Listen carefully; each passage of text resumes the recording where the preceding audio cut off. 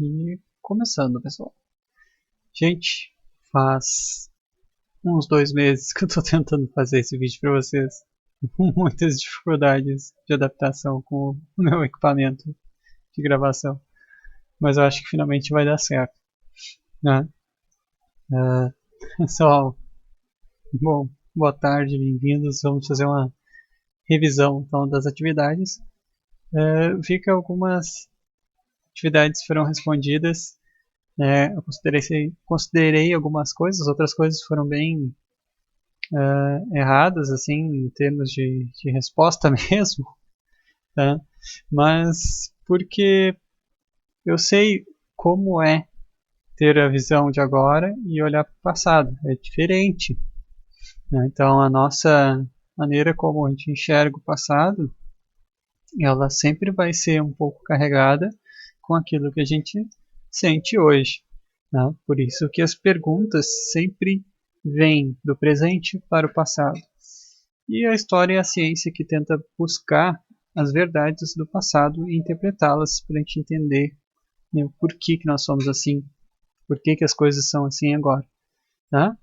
Então, em algumas ali eu vou indicar onde é que ocorreu esse tipo de visão muito contemporânea sobre o passado. Né? Então, pessoal, que bom estar podendo fazer esse vídeo para vocês. Aqui foi bem difícil chegar até aqui. Né? Então, vamos lá. Primeira pergunta. Tá? A primeira pergunta, né, nessa avaliação revisória aqui dos conteúdos que nós trabalhamos um pouco em aula, um pouco pelas aulas programadas, é esta aqui, né, que quem era o responsável pela administração do feudo? Então, o feudo, vamos lembrar que é aquela organização, naquela região onde é organizado pelo senhor feudal. Então, são os senhores feudais que organizam o feudo. Lembram? Isso aqui é a imagem do feudo. Né? Feudo mais clássico, né? Com o castelo e as plantações em volta e com as suas pequenas estruturas, como o moinho, a igreja, talvez às vezes alguma uma casa de ferreiro, né?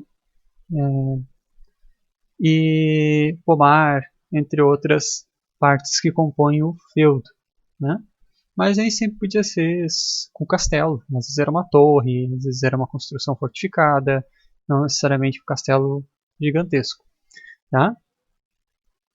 Vamos para a segunda pergunta. Basicamente, como estava dividida a sociedade medieval, clero, nobre e plebe. Né? Essas são as três classes básicas de divisão da sociedade medieval. Entre a plebe, nós temos várias pessoas, né, que faziam atividades diversificadas, né, como carpinteiro, pedreiro, ferreiro, artistas, né, entre outros. Mas todos faziam parte da plebe. Né. Lembra do arquivo que eu mandei para vocês? Aqui é o Castelo de Guimarães de Portugal. Belíssimo, uma bela construção da Idade Média. Né. E essa aqui também, né, a Abadia de Saint-Germain-des-Prés, que é muito bonita, muito bem construída, muito colorida, que é bem diferente daquilo que geralmente aparece nos filmes sobre a Idade Média. Mas o mundo medieval era um mundo muito colorido. Geralmente se usam as cores mais sóbrias nos filmes para demonstrar a dificuldade da vida e o momento sombrio que era na Idade Média. Mas não só de sombras existia a Idade Média.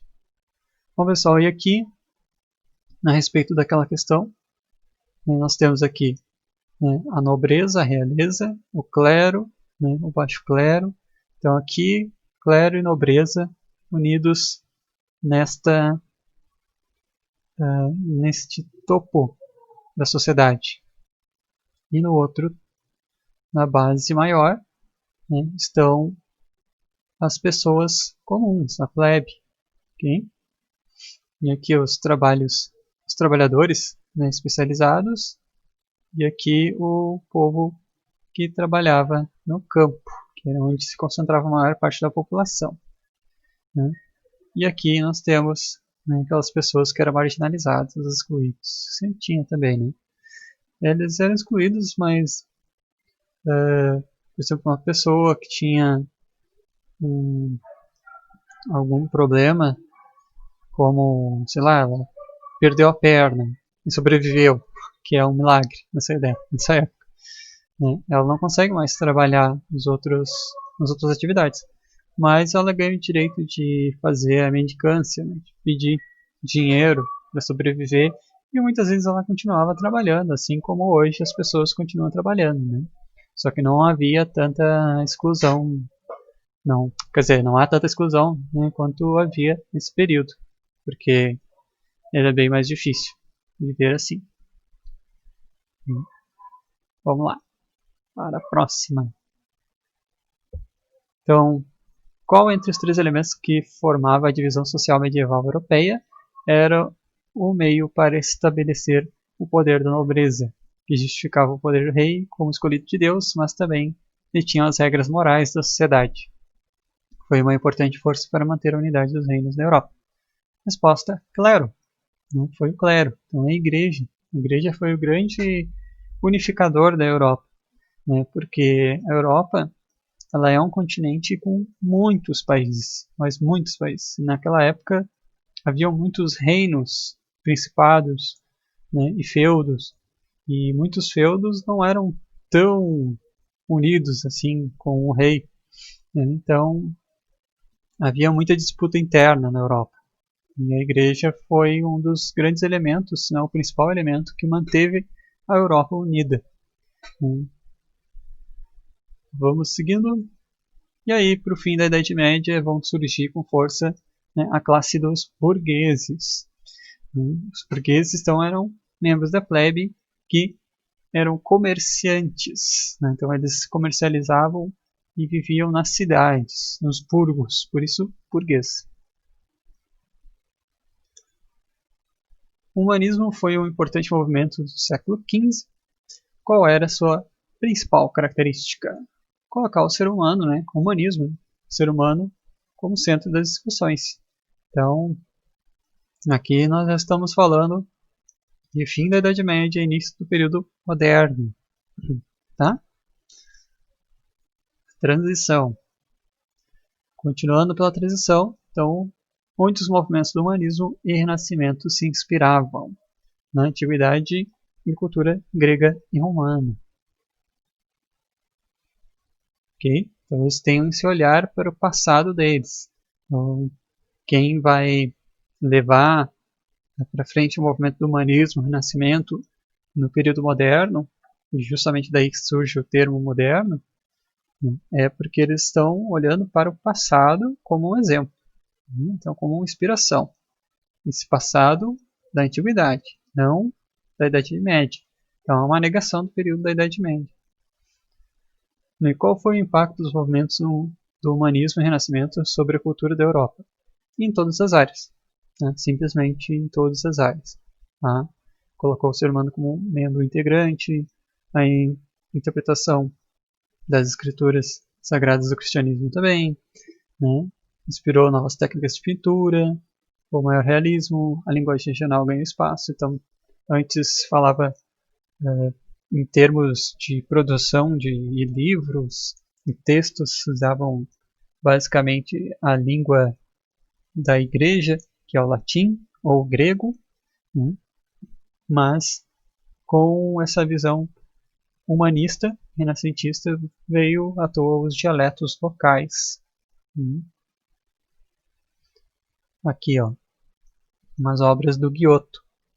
O Giotto foi um dos primeiros a aplicar essa visão em perspectiva e dar mais realismo nas pinturas. Tá? Então, coisas que já eram feitas antes pelos antigos romanos, né? Principalmente pelos romanos. As pinturas romanas já tinham um pouco dessa característica, né? Que foi aperfeiçoada com as técnicas, né, modernas. Quando eu digo moderna, século XV, tá? Período moderno, período histórico. Okay? Então aqui tem muita matemática envolvida. Aqui o Brecht com a sua pintura super realista, né, o autorretrato dele. E aqui o coelhinho também. Ok? Vamos lá. Então, nós temos também no período moderno, o que marca, né, o período moderno é a chegada do Colombo ao continente da América. E isso está no meio desse momento que é aplicado aqui nessa pergunta, né? Com o casamento da Rainha Isabel de Castela e Ferdão II de Aragão, o que gerou a Espanha, né, no reino, nome de origem romana para a região. E em 1482 a cidade de Granada foi tomada pelos espanhóis, dando fim aos domínios muçulmanos na Península Ibérica. Qual foi o outro grande acontecimento? A chegada de Cristóvão Colombo na América. Okay? Qual foi a grande conquista portuguesa que possibilitou a chegada na Índia? A navegação pela costa da África através do Cabo da Boa Esperança, no sul da África, que o primeiro nome foi o Cabo das Tormentas. Eu só vou mostrar aqui rapidinho para vocês o que aconteceu. Olha só. O pessoal de Portugal saiu daqui de Portugal, aí eles já tinham domínio sobre essa região aqui, ó. Olha aqui, na Ilha da Madeira. E eles foram navegando, navegando, encontraram mais ilhas, né, navegando. Só que eles tinham chegado até aqui, mais ou menos, né, até Angola. E nunca conseguiam mais que isso. Só que o Bartolomeu Dias conseguiu chegar até aqui, a cidade do Cabo, e aí ele conseguiu passar por essa parte, né, e viu que tinha continuidade o continente. E eles vão seguir essa linha até Madagascar, fazer todo esse caminho aqui e finalmente vão chegar na Índia, onde todos os europeus queriam chegar e ninguém tinha chegado. E aí vão continuar até chegar onde? No Japão. Os portugueses vão conseguir chegar até o Japão. Né? Ó, voltando aqui pelo caminho.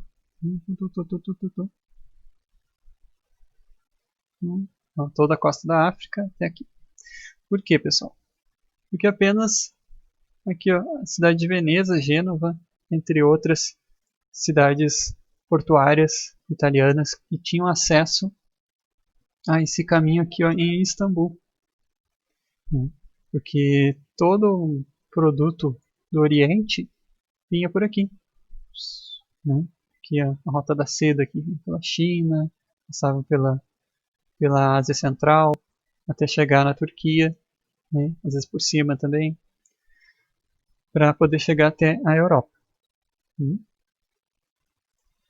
Vamos voltar agora para a correção.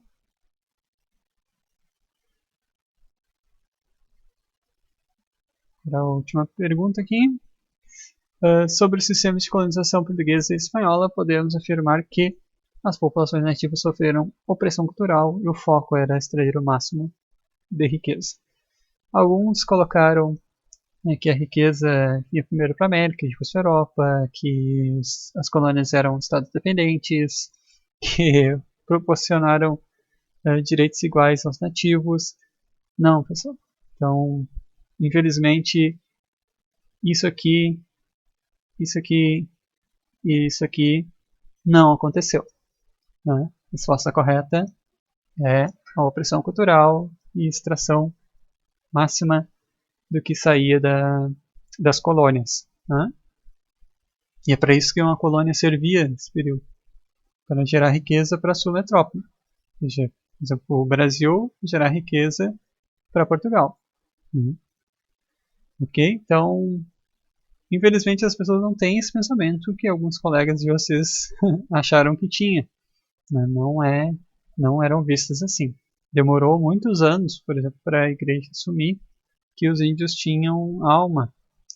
Né? E isso foi bem complicado, porque tira a humanidade das pessoas segundo a visão dos europeus daquela época, né? Então as coisas não eram tão amigáveis. A ocupação portuguesa não foi amigável. Eles ocuparam de forma violenta, né? É uma guerra de conquista. Por isso que nós não chamamos mais de descobrimento do Brasil, né? Mas de chegada dos portugueses no Brasil ou descobrimento dos portugueses do Brasil, né? Então, descobrimento é sempre pelo ponto de vista europeu, tá bom? E aí a conquista da América Portuguesa, porque realmente foi uma conquista.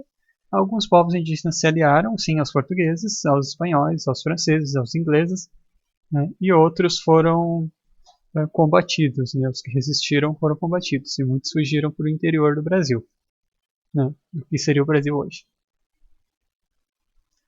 Tá, pessoal? Então fica aí a dica. Quem está vendo só o vídeo, lembra que tem esse arquivo compartilhado no Classroom, né? E futuramente faremos novas atividades. Então a primeira aula, só essa aula de revisão, tá, pessoal? Se cuidem, bom fim de semana a todos. Dúvidas, mandem lá no Classroom que eu responderei ou através do grupo ali também, mas no Classroom é melhor porque a gente pode compartilhar com todos também. Um abraço. Tchau, tchau, se cuida.